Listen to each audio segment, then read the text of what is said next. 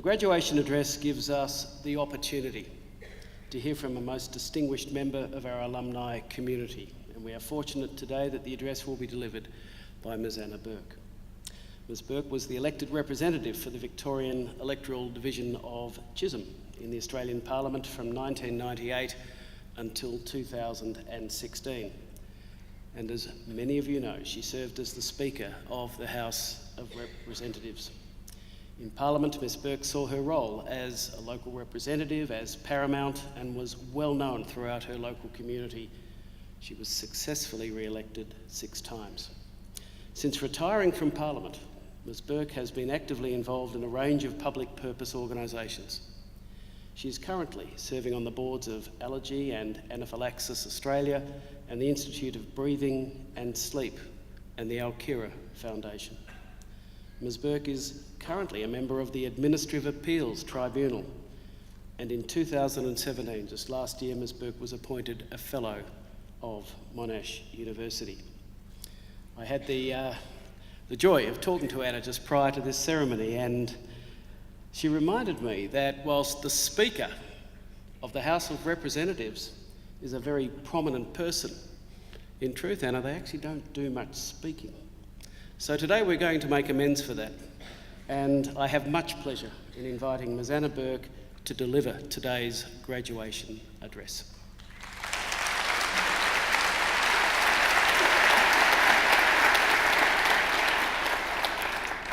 Well, good afternoon, one and all. At the outset, I'd like to pay my respects to the peoples of the Kulin Nation, to thank them for the stewardship of this great land of ours, and for the preservation of their enduring culture, the longest living culture on our planet. As you can see, we're surrounded by eminent individuals, and you all need to get to afternoon tea, so I'm not going to recognise one of them. I am instead going to adopt what I've learnt through my African colleagues. Protocols are observed. The only protocol I'm going to break, though, is to say congratulations to all you graduates. Well done, you made it. Did you think you would? Congratulations.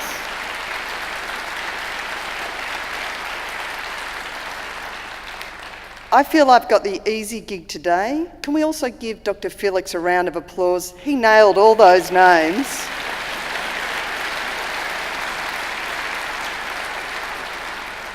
And of course, the harder part, working out what were those titles of those PhDs. We're going to do a quiz afterwards and you can tell me what in the hell they all meant. But it was impressive. It was very impressive. A very good friend of mine graduated in absentia from Monash from his PhD. My mother has still not forgiven him. His mother went to her grave never forgiving him for not taking his PhD. But he's gone on to do great things. I am one of 5 Monash graduates. There are 5 children in the Burke family. We all did multiple degrees, many of them in this wonderful institution. My mother said she wasn't turning up until someone got a floppy hat. Nobody got her a floppy hat. She was a bit disappointed. But she's rocked up again because last year she came to my niece's graduation, so she's now rocking up for the 10 grandchildren. Sadly, one of them graduated from Monash. We still do, from Melbourne. We still do talk to him. And of course, next year, she's not going to go, but my nephew is going to graduate from the University of San Francisco. You mightn't believe it, but I have a nephew who's 6'9" in the old money. Yes, he's playing basketball. So, if I was the guest speaker at any of your grade 6 graduations, please don't tell me at afternoon tea, okay? Don't remind me, I'm feeling ancient as it is. My daughter's just about to finish her first year of being a Monash Law Arts student. So I'm feeling old already. But at those wonderful grade 6 graduations, I asked everyone to put their right hand in the air. Don't worry, I'm not going to make you do it, okay? Because I feel if any of the civil engineering students fail that, it'd be a bit of a worry, okay? And the rest of you who may have recently got off your green peas, I don't want to know that you don't know your left from your right, okay? But I would ask those kids to put their hand in the air and give themselves a pat on the back. say congratulations, you've passed primary school. They all used to look at me like, you're just being ridiculous. Well, no, I'm not. Because although we've made great strides around the world in education, with 91% of all children in developed nations now getting a primary education, there are still 57 million children who will not even get a basic primary education. So it is an achievement to finish grade 6. Of course, today you realise that that was just the beginning of the beginning of the beginning, and the constant evolution of learning that today has culminated in a degree. And again, congratulate yourself on that, because it is still only 31% of the Australian population that will complete a university bachelor or higher degree. So again, we've made great strides in opening up universities to many people. When I came here, it was free. So sorry, I am that old. I do apologise. As a Labor Member of Parliament for a long time, I really feel that burden that most of you are leaving with a HECS debt, the GDP of a third world nation. There's not enough commerce students in the audience to get that gag, were there? So it is still only 31% who will have completed a degree. Think about your first week in first year uni. I can remember this still. I sat in a politics class and the lecturer said, look to the left, look to the right. Out of you, 2 will be gone by the end of this year. You won't continue. So a lot of people started with you, but they haven't completed, and you have. Congratulations. It is still interesting again that it's more women who will complete a degree, 35% against males, 28%. Tragically though, most female graduates will actually enter the workforce and earn $2,000 to $3,000 less than their male counterpart, particularly in engineering. I was going to make an engineering joke today, but tragically you all dressed too well and there were girls amongst you.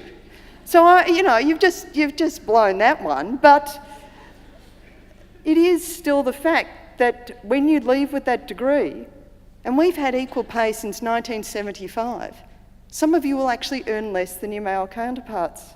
We need to strive to do better than that. And listening to a whole lot of those PhDs is a whole lot of people who are still on the road to progressing equality amongst us all. So this is part of your journey. It marks for some of you the end of your formal education. For others, I suspect it's just another stepping stone in the pursuit of further tertiary qualifications. When I left here with my Bachelor of Arts honours, I thought that would be it. I suddenly got into the workforce and suddenly discovered, no, it wasn't, and I went off to Melbourne to do my Masters. Graduating is an exciting time. It is the formal recognition of the end of your pursuit of this education journey. But whilst it's an end, it's also a beginning. I trust it's the beginning of the pursuit of your dreams, hopefully the attainment of a job, the road on that great career, but more importantly, the ability to give something back to those who've supported you on this journey, including the wider Australian public. Don't be put off the idea of a job in politics. I know looking at it now, it's probably not a great idea, but it is. It is an ideal to think about what you can do to support the wider community. I never thought when I stood on this stage a lifetime ago, before all of you were born, which is completely doing my head in, that I would end up in Parliament. It was not my nth degree. I hadn't written my maiden speech when I was 3, as I suspect Kevin Rudd and Malcolm Turnbull had. I was writing mine at 3 in the morning. My mother told me it wasn't very good. So when I retired from Parliament, because I made that choice, I didn't lose, which was an incredible achievement and honour, I made my mother sit on the floor of the House so I could turn to her and say, have I improved? Luckily, she said yes. I was kind of happy about that. But I had not envisaged that degree and my involvement, more importantly, at Monash, would lead me on to a life of public service, a life that was a privilege and an honour, ending in being the Speaker of the House of Representatives. I end up with a portrait hanging up in Parliament for the rest of my days. How groovy is that? I mean, how groovy is that? It's pretty good too. Not as good as Julia's though. Julia's is a standout. But I didn't envisage that. That was not in my dreams. I wanted a degree. Actually, I just didn't want to go to work after finishing school, really. I just wanted to come to Monash and have fun, and I did. I had a lot of fun here. Sometimes too much fun. Never mind, I got through, I got the honours degree. I wanted a job, and I knew in that market when I was coming out, and that was the 80s, that I needed that bit of paper to get me started, and it did, eventually. It did take me 6 months of hard graft after I left uni to get a job. My mother, again, she's a great source of encouragement, she told me, I'm going to wallpaper your room in rejection letters. Gee, thanks, Mum. The only thing I knew leaving here was that I wouldn't become a teacher. Not because I have anything against teachers, but I actually am dyslexic, and I knew that I really didn't want anyone picking on me who was younger than me at that stage for not being able to spell or occasionally pronounce words correctly. People still do pick on me, mainly my children now, but I'm bigger and I've got the purse, so they can... But I knew that that degree was my ticket to ride, but it opened me up to so many more things, and for that and to Monash, I'm eternally grateful. Leonardo da Vinci said, learning is the only thing the mind never exhausts, never fears, and never regrets. The only regret you can have is if you stop learning. So some of you are leaving this place at the end of a tough, arduous journey. For others, it's been a breeze. But really, it's the beginning of another exciting phase and the opportunities in your life. Take a moment now to think of those who you need to thank for that journey. Your family, your friends, your partners, the school teachers who got you here in the first place. I remember mine well, Sister Mary.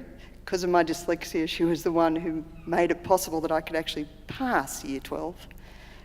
The great lecturing, tutoring, library and general staff in this university. The people who've made you countless cups of coffee or chai. We've all gone, healthy, so I just drank lots of coffee. And what was the small cafe in the Union building? It's now the campus centre. It doesn't sound as good. The cleaners, the gardeners, everybody who made your degree possible. Thank them, but also thank yourselves for persevering and for doing it. You can discount that annoying group assignment. You can reject that group, the one where there's always the person who says they're gonna do it and they never do. You can discount that, but sadly I hate to tell you it's a great lesson in life and it's going to be repeated numerous times over. But why obtain a degree in the first place? Was it with Plato in mind when he said, the direction in which education starts a man will determine his future? Was it Albert Einstein? The important thing is to not stop questioning. They're pretty lofty, but I think it was just to get through, to get that sheet of paper, to get the mortarboard and the photo. My mother's got a great rogues gallery of all these photos. And that's a wonderful thing, because I've said there's still only 31% of the populace who are going to be able to frame that photo and put it up in your house or on your mother's wall. My mother was incredibly proud of that, the achievement, the struggle she and my father made to get us here. So on the day that my baby brother graduated from the first of his 3 degrees in this place, the Herald Sun came along and took a photo of us. The 5 Burkes, 5 Monash graduates. And who did we thank? Yeah, Gough Whitlam. Her and Gough, because without those changes and opening up the ability, we'd have never got here. My parents never got to go to university. My father-in-law, who's a doctor, sat his matriculation twice so that he would get full scholarship to go to Melbourne. His father was a tram driver. So don't underestimate the roads that people have made to ensure you're getting here. Was it to fulfil your career ambitions, as I did? to get a job, to get ahead. Those people who've completed those PhDs, I trust that all that hard work is paying off and is leading to great outcomes. My first job as a graduate was at Vic Roads. You thought speaker was being hard? I was at Vic Roads. I compulsory acquired people's homes for roadworks. Hello, I'm here. I'm taking your house and I'm bulldozing it for a road. At least as speaker, I got paid to yell at people I didn't like and throw them out and lock them in. You can Google that. You can YouTube it. Just don't YouTube me and Kevin Rudd as a cardboard cutout. To this day, I still have nightmares about that one. But congratulations on this. I don't think life is 80% because you showed up. I think life is 80% because you put in, because you got involved, because you tried hard and you got a degree. You've discovered, explored, and now hopefully you're on a journey of continual learning. I found this quote from Jon Stewart. I'm assuming it's the guy who did the late night show. And he said, the unfortunate yet truly exciting thing about life is that there is no core curriculum. The entire place is an elective. You elected to show up. You elected to finish. Congratulations on that, because you discovered the tassel is worth the hassle. Congratulations, everyone.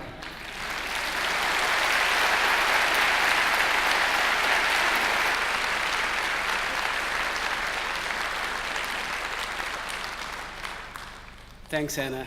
You have always been upbeat. You've always been encouraging. Thank you in particular for encouraging the people before us, so many young graduates, to think seriously about not only public life, but indeed being an elected representative. We've heard from one today. And being an elected representative today is one of the toughest things, not just because of the hours worked and the sacrifices made away from family, but just the true loneliness so often of making big decisions in such a tough place.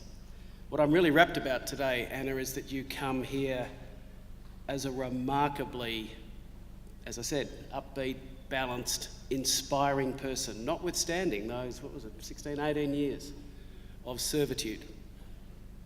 And it wasn't just in Spring Street here in Melbourne, it was actually regularly catching 6 a.m. planes, no doubt, leaving your family and loved ones here and doing your duty in Canberra.